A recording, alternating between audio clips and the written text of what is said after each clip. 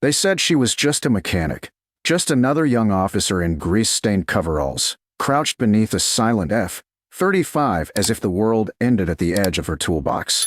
But that was before someone opened the sealed case in the corner of Hangar 7, the one nobody touched, the one everyone assumed held spare parts and paperwork. It didn't. It held a ribbon no one her age should have ever earned, a ribbon most people on that base didn't even recognize until it was too late. Before we begin, tell us where you're watching from. And if you believe that some heroes don't brag, they just keep working until history catches up, like and subscribe, because stories like this deserve to be remembered. It was the first week of August when Lieutenant Maya Rios, 27 years old, slipped quietly into Hangar 7 at dawn, the humid air barely cutting through the metallic scent of jet fuel and cold steel. The sun wasn't fully up yet, only a thin orange line creeping over the horizon, but Maya was already knee-deep beneath the cockpit, recalibrating the heads-up display after a glitch during a routine systems test. Her sleeves were rolled up, revealing tanned arms speckled with engine dust, and her dark hair was tied back in a tight, no-nonsense knot. Most people on the base assumed she was a transfer, maybe from some engineering program or a maintenance unit that specialized in avionics. No one imagined she had ever been anywhere near a battlefield, let alone the kind of skies that swallow pilots whole. To them, Maya was just quiet, efficient, almost forgettable. And in a place full of loud personalities and louder egos, forgettable meant ignorable. A few feet away, a group of pilots stood around a small portable fan, sipping bad coffee and tossing casual insults across the hangar like it was part of morning warm-up. Lieutenant Jason Hale, tall, smug, and painfully proud of himself, was in rare form today. "Look at her," he murmured to the others, nodding toward Maya, without even bothering to lower his voice. "She studies the manuals like they're sacred scripture. Probably thinks she's gonna fix war with a wrench and positive thinking." The others chuckled, leaning back against the tool rack, letting their laughter echo just loud enough to reach her. Maya didn't look up. She never did. It wasn't that she didn't hear them.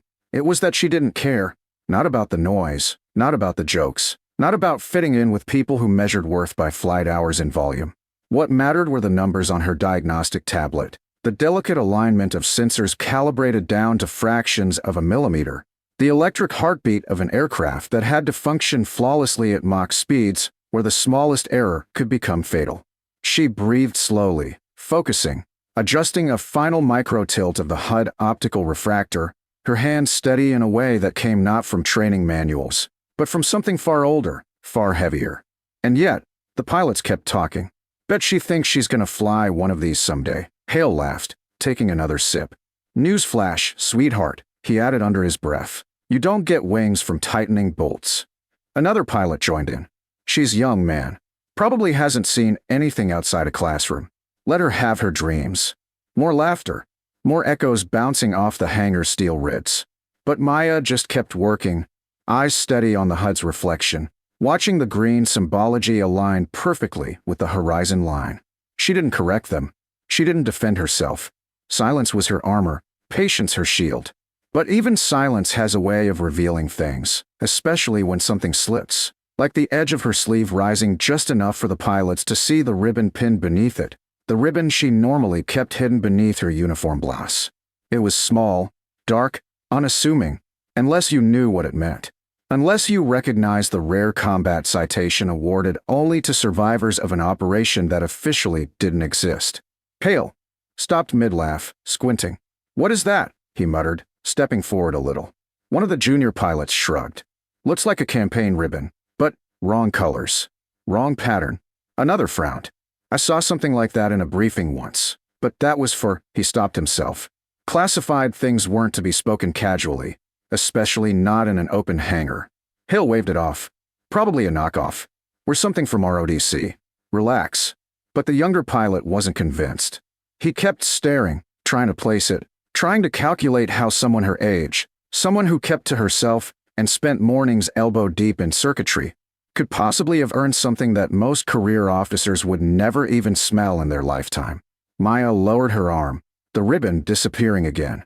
Her expression didn't change, but the smallest flicker crossed her eyes. A flicker only someone who'd known real danger would wear. The the kind that lingers long after the adrenaline drains. Outside, engines rumbled as the Admiral's convoy rolled onto the tarmac. Rear Admiral Keating, the kind of man whose presence alone made officers stand taller, was here for an inspection. Pilots started straightening uniforms, tossing empty cups, adjusting hair and posture.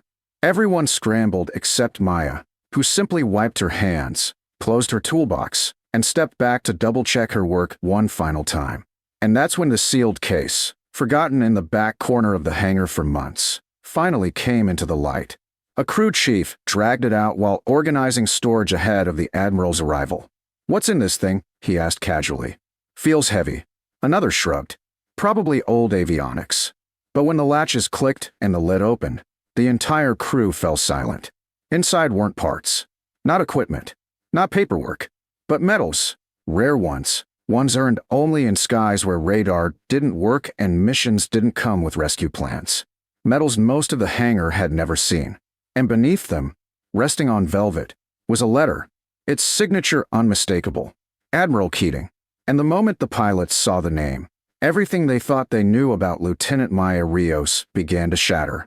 The hangar, once loud with morning chatter, fell into a strange, breath-tight silence as crew members stared into the open case, its velvet lining catching the overhead lights and throwing a muted shimmer across metals that did not belong to repair kits or forgotten storage crates. They belonged to ghosts, to stories whispered in training rooms, to operations that existed only in redacted after-action reports. Hale stepped closer, frowning as his eyes scanned the ribbons and badges with dawning confusion, the color draining from his face as recognition hit him like a slow-building shock. That can't be real," he muttered, but the uneasy tightening around his jaw betrayed a truth his pride refused to voice. Before anyone could question it, before anyone could suggest it was some mistake or misfiled relic, the distant hum of engines grew louder, steady, powerful, unmistakably official. Rear Admiral Keating's convoy rounded the corner outside the hangar, his arrival sending officers into instinctive formation, postures tightening, conversations snapping shut. The Admiral stepped out of the lead vehicle with the kind of presence that didn't need salutes to command them, his decorated uniform immaculate, his gaze sharp enough to make seasoned pilots rethink their confidence. He began his inspection with the precision of a man who had seen too many things to tolerate sloppiness, checking maintenance logs, asking pointed questions, scanning every detail. But the moment his wandering attention drifted toward the open case, something in his expression shifted, just slightly, but enough for anyone watching closely to notice the recognition, the shock, the memory flickering behind his eyes. Still, he said nothing, not yet. Instead, his gaze slid across the hangar until it landed on Maya Rios, still standing quietly beside the F-35 she had spent the morning calibrating, hands clasped behind her back, posture steady, unassuming, almost invisible if not for the weight of everything she carried in silence. Keating's steps slowed. His entourage instinctively halted behind him as his eyes traced the faint line of the ribbon hidden beneath her sleeve, a color and pattern he had not seen in years. Not since the night the sky over the ridge went black and 3 aircraft vanished from radar. Not since the operation that left scars on every life it touched. "Lieutenant," he said finally, voice softer than expected, almost disbelieving. Maya looked up, her brown eyes calm, neutral, betraying nothing. "Sir." The pilots watched, confused. Hale shifted uneasily, glancing between them like he was missing a language only they spoke. Keating took one more step forward, studying her face with an intensity that made even the senior officers stiffen. "I read a report," he murmured, just loud enough for those closest to hear. "But I was told you." He stopped himself, the words catching as if he'd almost spoken a classified sentence in front of people who didn't have the right to hear it. "I was told you didn't make it out." The hangar froze. Hale's eyes snapped wide, the unspoken possibility hitting him like a gut punch. Maya didn't flinch. "I made it out, sir," she said simply, her voice steady, factual, stripped of any drama. "Just not the same way." Keating exhaled, a slow, stunned breath, not disappointment, not confusion, but a recognition that carried the heavy gravity of survival shared between soldiers who had outlived stories no one else would ever hear. "That ribbon," he said quietly, almost reverently, was awarded to 7 people. 3 are confirmed deceased. 2 are missing. A beat. You were the 6th. Every pilot in the hangar felt something cold ripple through the air. Hale swallowed, the earlier jokes choking him from the inside out. One of the junior technicians whispered under her breath, "But she's so young." "How?" Keating cut her off with a slight lift of his hand. "Age means nothing in the dark," he said, eyes never leaving Maya. Then, turning to the open case, he lifted the letter bearing his own signature, his face tightening with a realization that only deepened the weight in the room. "This case was supposed to be transferred to classified storage years ago," he murmured. "It should never have been left here." His gaze shifted to Maya again. "Why didn't you tell anyone who you were?" Maya's jaw tightened just slightly, a flicker of honesty cutting through her calm. "Because, sir," she said quietly, "the mission wasn't about me. And people, they treat you differently when they know what you've seen." Hale looked down, shame crawling up his throat. The Admiral studied her, the understanding between them stretching through the silence like a locked corridor of memories neither wished to revisit. Then, with a faint, almost imperceptible nod, he said, "I owe you a salute, Lieutenant Rios." And then he gave her one, sharp, decisive, reverent. The hangar watched in stunned stillness as Maya, 27 years old, the woman they dismissed, the one they joked about, returned it with a steady hand. And just like that, the story they thought they knew cracked open, revealing a truth none of them were ready for. For a long moment after that salute, no one in Hangar 7 dared to breathe. The pilots who had mocked her, the techs who had whispered, the officers who had walked past her without a second glance. They all stood suspended in the thick, electric silence that follows a truth too big to ignore. Rear Admiral Keating lowered his hand, but the reverence in his eyes didn't fade. Instead, he turned to the pilots gathered near the F-35, his voice carrying the clipped authority of a man who had commanded battlefields beneath foreign stars. "You see this aircraft?" he said sharply. "Your lives depend on the people who build it, wire it, calibrate it. People like Lieutenant Rios, who kept a crippled reconnaissance craft in the sky with her bare hands while half the world tried to shoot her out of it." Hale flinched, eyes lighting with the realization that every joke he'd made before sunrise now sounded like a confession of ignorance. Maya didn't look at him, not out of spite, but because she had already moved on, stepping quietly toward the case that had been opened without her permission.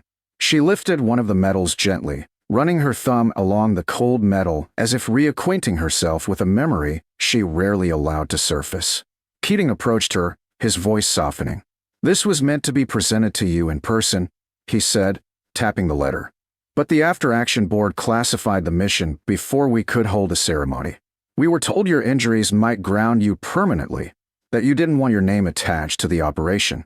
Maya lowered the medal, her voice barely above a whisper. "I didn't want parents watching the news to know who saved their sons and who didn't." She paused, the weight of old ghosts settling behind her eyes. "I didn't want survivor's guilt to follow me into every room." Keating nodded, the slow, heavy nod of someone who understood far too well. Then, turning back to the rest of the hangar, he said, "From this moment forward, Lieutenant Rios will serve on my Advanced Aviation Safety Board. Every system you trust, every protocol you follow, she'll be shaping it." The announcement hit the room like a shift in gravity. Hale stepped forward, the arrogance gone from his voice, replaced with something rawer, more human. "Lieutenant." He swallowed. "Can you train me? I mean, if you're willing." Maya finally looked at him, her expression unreadable. But instead of anger or pride or vindication, there was only quiet steadiness as she nodded once. "Meet me here at 0600. Bring your manuals." Hale blinked. "All of them. If you want to fly safe," she said, "you learn everything, especially the parts you think you're too good to read." A ripple of restrained laughter passed through the hangar, not mocking, but relieved, humbled. And in that moment, Maya became something more than the mysterious mechanic with a hidden past. She became the quiet spine of the squadron, the kind of leader who didn't need rank to command respect, the kind who didn't shout to be heard. Keating closed the case, handing it to her personally. "If you ever choose to tell your story," he said, "the world will listen." Maya shook her head gently. "Maybe one day, sir. For now, I have jets to fix and pilots to keep alive." The Admiral smiled, Not a big smile, but the kind reserved for the rare few who surprise even him. As he walked toward the exit, the pilots followed with new discipline, leaving Maya alone with the F-35's open cockpit glowing softly under the morning lights. She took a breath, rolled up her sleeves, and reached for her tools.